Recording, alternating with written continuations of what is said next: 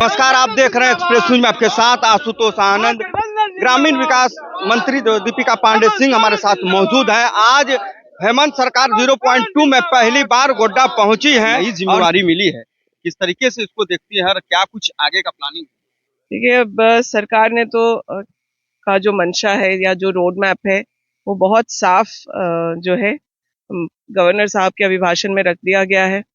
5 साल का road map है, युवाओं के लिए, किसानों के लिए, ग्रामीणों के लिए, महिलाओं के लिए।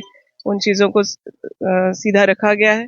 जिस विभाग की जिम्मेदारी मुझे मिली हो, चाहे वो ग्रामीण विकास हो, ग्रामीण वर्क्स हो या फिर पंचायती राज हो, इसमें बृहद रूप से काम करने का स्कोप है। और मैं यह प्रयास करूंगी कि झारखंड में पंचायती राज और सशक्त हो, पंचायत के जनप्रतिनिधि हैं उनको पूरा उनका अधिकार मिले। साथ ही साथ प्रखंड जो कार्यालय होता है वो आप कह सकते हैं सरकार का चेहरा है, जहाँ हर ग्रामीण अपने किसी ना किसी काम को लेकर के कभी पहुंचता है। उसको सशक्त करना, संवेदनशील करना और समय पर काम को पूरा करना, इन सब चीजों के लिए पदाधिकारियों को निर्देश दिया भी गया है और आगे भी हम लोग करेंगे। और एक और कदम आगे बढ़ाते हुए हम लोग पंचायत सचिवालय को सशक्त करेंगे कि हर काम के लिए ग्रामीण को प्रखंड कार्यालय ना दौड़ना पड़े। ब्लॉक में बिचौलियों का जो है वो बोलबाला ज्यादा हो गया, ग्रामीण परेशान रहते हैं, किसान परेशान रहते हैं। इसको लेकर किस तरीके से आप? ये पहले की बातें थी, लेकिन हम लोगों की सरकार ने सरकार आपके द्वार कार्यक्रम करके पंचायत तक पहुंचने का काम किया है। ग्रामीणों के बीच जाकर पदाधिकारियों ने उनके चाहे आवेदन हो उसको भरने का काम हो, चाहे योजनाओं का लाभ दिलाने की बात हो, तो सर्जन पेंशन हो, अबुआ आवास हो, मैया सम्मान योजना हो, आपने देखा होगा किसी भी तरह के कोई बिचौलिए कहीं काम नहीं किए।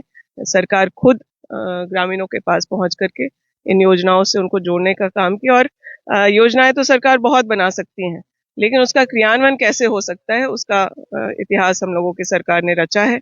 और आगे भी इस बात का ध्यान रखा जाएगा कि अन्य कामों, अब दूसरे विभाग के जैसे अंचल कार्यालय से जो जाति प्रमाण पत्र हो या चाहे निवासी प्रमाण पत्र हो, इन सब चीजों को लेकर के बच्चों को बहुत दौड़ना पड़ता है। कल ही झारखंड का सिटीजन चार्टर रिलीज किया गया है, जिसमें एक समय सीमा तय कर दिया गया है कि इतने दिनों में बच्चों को कास्ट सर्टिफिकेट हो या फिर अन्य जो भी जरूरतें उन्हें अपने रोजगार को लेकर के कॉलेज के में जमा करना पड़ता है, उन सब चीजों पर हम लोग विशेष ध्यान रखकर प्रखंड कार्यालय कैसे कम से कम समय में और लोगों को, ग्रामीणों को कैसे सहयोग करके चले, इस पर विशेष ध्यान रहेगा। हाल ही में जो बजट पास हुआ, विपक्ष नाराजगी जता रहे कि पहले का पैसा खर्च नहीं हुआ और फिर बजट पे बजट ला रहे हैं। भाई, विपक्ष के पास तो अब कुछ बचा नहीं है करने को, है ना। वो मैया सम्मान के बाद से उन्हें ऐसा सदमा लगा है कि उबर नहीं रहे हैं। भाई, विपक्ष के पास तो अब कुछ बचा नहीं है करने को, है ना। वो मैया सम्मान के बाद से उन्हें ऐसा सदमा लगा है कि उबर नहीं रहे हैं। मैं उनसे कहना चाहूंगी कि विपक्ष के कुछ सांसद अभी भी बचे हुए हैं, कुछ विधायक भी हाउस में दिख रहे हैं। इस बार संख्या काफी कम हो गई है, आप सब जानते हैं।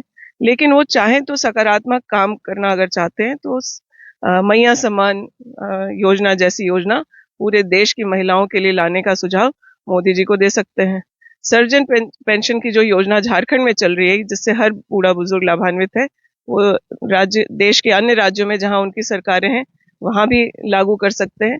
तो सकारात्मक काम विपक्ष करेगा। वो ना ये भी ना करना चाहते हो तो कम से कम झारखंड का जो पैसा 1,36,000 करोड़ केंद्र में बकाया है उसको लाने का प्रयास करें और फिर टीका टिप्पणी करें।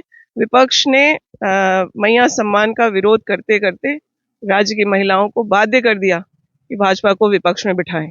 अब और ऐसी बातें अनर्गल करके वो अपने और दुर्गति कराना चाहते हैं तो सोच सकते हैं। सीजीएल पे जांच क्यों नहीं सरकार करा रही? बार बार एक सवाल उठता है। जो जरूरी होगा, जो नियम संगत होगा, जिसकी आवश्यकता होगी, हर परीक्षा को लोग शक के दायरे में अगर इसी प्रकार से लाते रहे, कोर्ट तक पहुंचाते रहे, तो बच्चों को आखिर नौकरी मिलेगी कब?